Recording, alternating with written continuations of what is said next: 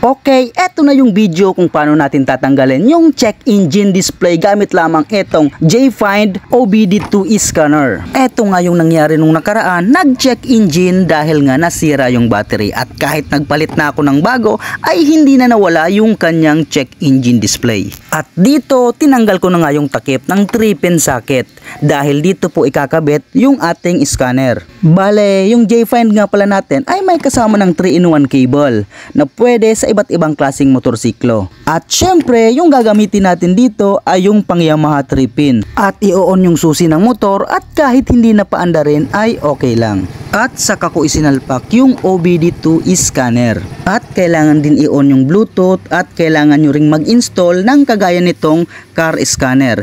Pero may mga ibang apps naman na suggested ang ating J-Find. Check nyo na lang po sa manual dahil nandun na po lahat ng detalye. Pati na rin po ang pagko-connect ng scanner at ng cellphone. Ayan, connected na at pipindutin lang natin etong diagnostic trouble codes. So ayan, check. Ang dami. So i-read lang natin. Ayan, fast forward na po natin para hindi na po masyadong matagal.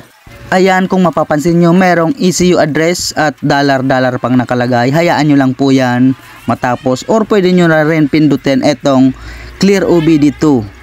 So ako, pinatapos ko po yan para ma-check ko po yan. So eto, nakalagay na nga clear ECU address, may clear, tapos export. So hindi na po natin papakialaman yan dahil mukhang may price po siya, yun nga mga dollar, ayan, $33. So dito lang tayo mag-clear sa OBD. Ayan, i-clear na po natin yan.